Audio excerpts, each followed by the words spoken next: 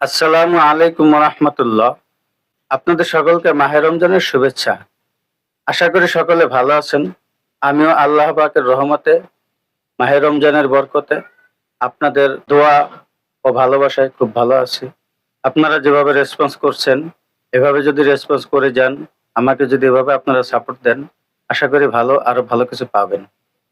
তো তো আমি আপনাদের সামনে যে ভিডিওটা নিয়ে আসছি, নুরানি পদ্ধতিতে কোরআন শিক্ষার হরফ শিক্ষা কোর্সের ৭ নাম্বার কোর্স। চলুন দেখে আসি ভিডিওতে কি কি আছে। এই ভিডিওর ভিতরে উল্লেখযোগ্য যেটা আছে সেটা হলো হরফ শিক্ষার পদ্ধতি, হরফ লেখার পদ্ধতি এবং সহজে হরফের উচ্চারণের কৌশল এবং উচ্চারণের সাথে সাথে মাখরাজ গুলো দেওয়া হয়েছে। আমি আশা করি আপনারা যদি ভিডিওটা স্কিপ না করে সম্পূর্ণরূপে দেখেন, তাহলে এই একটা ভিডিওই আপনার জন্য কোরআন শিক্ষার জন্য যথেষ্ট হয়ে যাবে। আপনার দ্বিতীয় অন্য ভিডিওতে যাওয়া লাগবে না। সোশ্যাল মিডিয়াতে অনেক কোরআন শিক্ষার ভিডিও আছে। সহজে কোরআন শিক্ষা কিভাবে করব, কিভাবে কোরআন পড়বো, বিভিন্ন নামে আছে। তবে এই নুরানি পদ্ধতিতে কোরআন শিক্ষার এই কোর্সটা যদি আপনারা করেন, এটার ভিতরে বিশেষ কিছু বিশেষত্ব পাবেন, যা অন্যান্য ভিডিওতে আপনারা পান নাই। আশা করি সকলে ভিডিওটা স্কিপ না করে সম্পূর্ণরূপে দেখবেন এবং বন্ধু-বান্ধবের ভিতরে ভিডিওটা শেয়ার করে দিবেন। কারণ দিন শিক্ষা ছড়াই দিবেন। আল্লাহ পাক রব্বুল আলামিন এজন্য আপনাকে অনেক প্রতিদান দিবেন।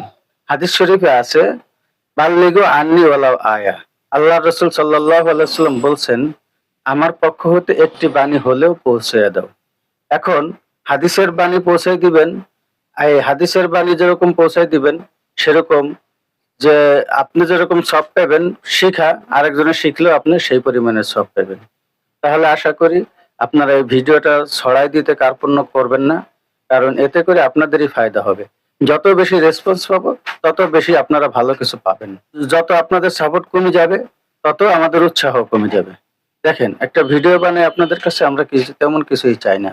একটা লাইক করেন, একটা গঠনমূলক কমেন্ট করেন, ভিডিওটা শেয়ার করেন। এতে আপনাদের পয়সা খরচ হয় না, করতে পারেন। সওয়াবের নিয়তে করতে পারেন, অনেক ফায়দা হবে আশা করি। চলুন ভিডিওতে কি আছে ভিডিওটা দেখে নিই। আচ্ছা, আমরা সিরিয়ালের রিভিশনটা দিয়ে যাই। ১ নম্বরে কয় হরফ? হরফ। ১ নম্বরে ৪ হরফ। কয় খেয়াল করেন।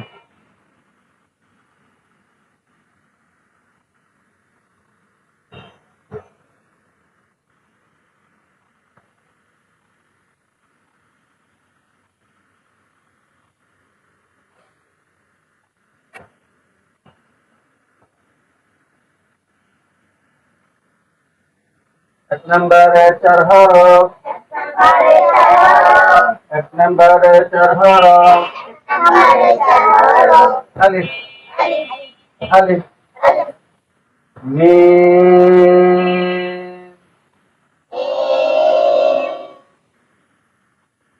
ক। ক। দ। গ। ত। দর মাখরাজ মনে আসেনি? চিন্তার আগা সামনের উপরে দুইটাতে পেট ও আগার সঙ্গে লাগাইয়া ত। গ। ১ নম্বরে ৪ হরফ। আলিফ। মিম।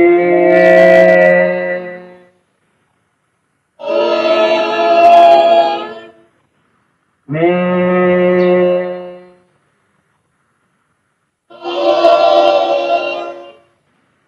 ঠোঁটের কোন জায়গা থেকে হবে?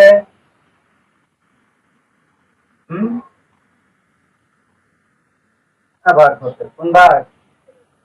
শুকনা ভাগ। ঠোঁটের কোন ভাগ? শুকনা ভাগ। ঠোঁটের ভাগ কয়টা? কি কি?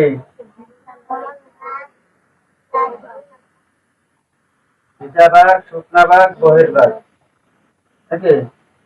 তাহলে মিম উচ্চারণ হবে ঠোঁটের শুকনা ভাগ থেকে। মিম।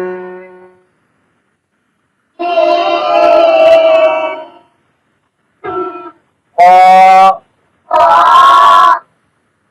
র। 2 নম্বরে পাঁচ হরফ, 2 নম্বরে কয় হরফ, 2 নম্বরে পাঁচ হরফ। মুছে নেই। এদিকে দেখেন,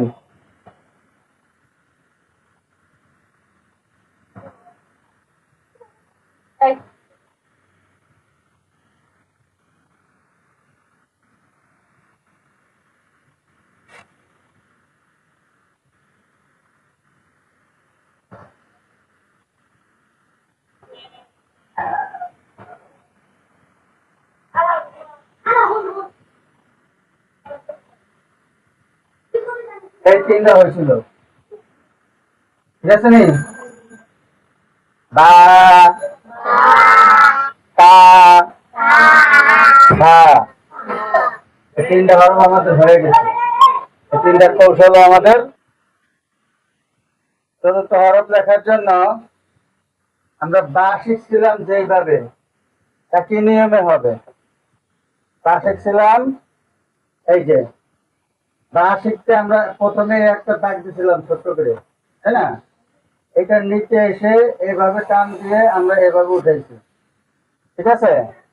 এখন যে কাজটা হবে সেটা হবে, এটা থাকবে, তার সঙ্গে এই যে এই চিহ্নটা বাড়বে, এটা ওখানে লাগাই দিলে হয়ে যাবে। যেমন, তাহলে আমরা শুরু করব এই দাগ দিয়ে।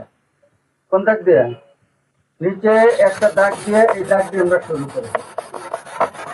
যেমন দেখেন, প্রথমে আমরা দিব এই একটা দাগ, এরপরে এই দাগের মাথায় হাত রেখে একটু উপরে উঠাই দিব। দেওয়ার পরে এবার বা লিখতে যে পজিশনটা ছিল ওই প্রসেসটা আমরা ব্যবহার করব। এখান থেকে শুরু করব। কোথা থেকে? এই যে উপরের এখান থেকে, এখান থেকে আমরা শুরু করব। এই যে বা লেখার প্রসেসে চলে যাব।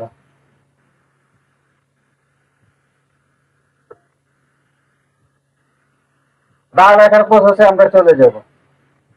এই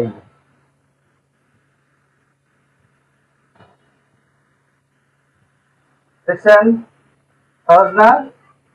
আবার দেখেন,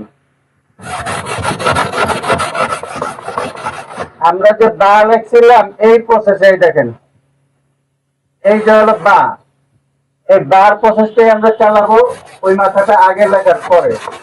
যেমন আগে আমরা লিখবো, এই একটা দাগ দিব, এই দাগের মাথার থেকে চিকন করে একটা দাগ উঠাবো, এই যে দেখছেন, এটা ইংরেজিতে এল এর মতো হয়েছে, এল।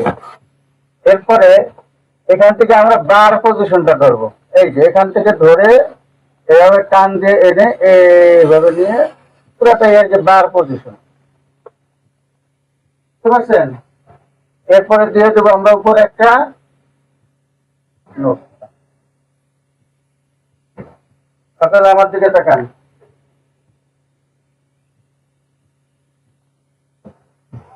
খা, খা, খা, এই খার ক্লাস হয়েছে, বুঝছে না? মাস্টার ছিল কি, তিনবার আগা, ওই সামনের উপরে 2 দাঁতের আগা, নিচের ঠোঁটের পেট, নিচের ঠোঁটের পেট, সামনের উপরে 2 দাঁতের আগা ও নিচের ঠোঁটের পেট, এভাবে মিলাবো। মিলানোর পরে ঠোঁট এবং দাঁতের মাঝখান থেকে বাতাস বের হবে। ঠোঁট এবং দাঁতের মাঝখান থেকে কি হবে? বাতাস বের হবে। ওই বাতাস বের হওয়ার সাথে সাথে আওয়াজ বের করবো আমরা। আগে দেখবেন বাতাসটা বের হয় কিনা।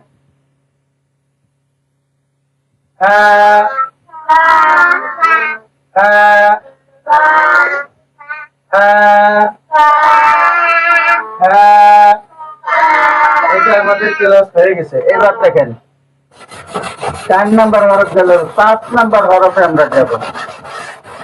2 নাম্বারে কয় হরফ? 5 হরফ। 2 নাম্বারে কয় হরফ? 5 হরফের 5 নাম্বারটা আমরা যাচ্ছি। সেটা হলো, আমরা আলিফ লিখছিলাম কিভাবে?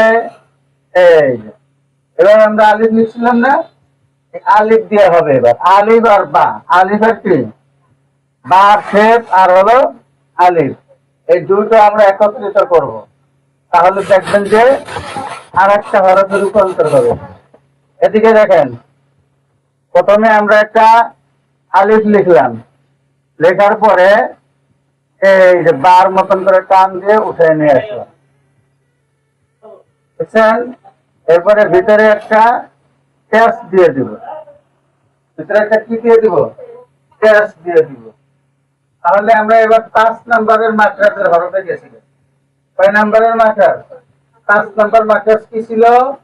5 নাম্বার মাত্রাজ ইখবার গোড়া থেকে একটু আগে বাড়াইয়া তারপর আবার উপরের তালের সঙ্গে লাগাইয়া মতখান পেছানো কাপ। তোমার সাউন্ডটা বেশি হয়ে যাবে। এই 5 নম্বরে জিহ্বার গোড়ার থেকে একটু আগে বাড়াইয়া, জিহ্বার গোড়ার থেকে একটু আগে বাড়াইয়া তারপর আবার উপরের তালের সঙ্গে লাগাইতে হবে। আর গোড়ার সঙ্গে লাগাইলে যেটা হবে সেটা হয়ে যাবে ক। একটু আগে বাড়াইলে ওই জায়গাটা থাকতেছে না, আর একটু সামনে চলে আসতেছে। কাপ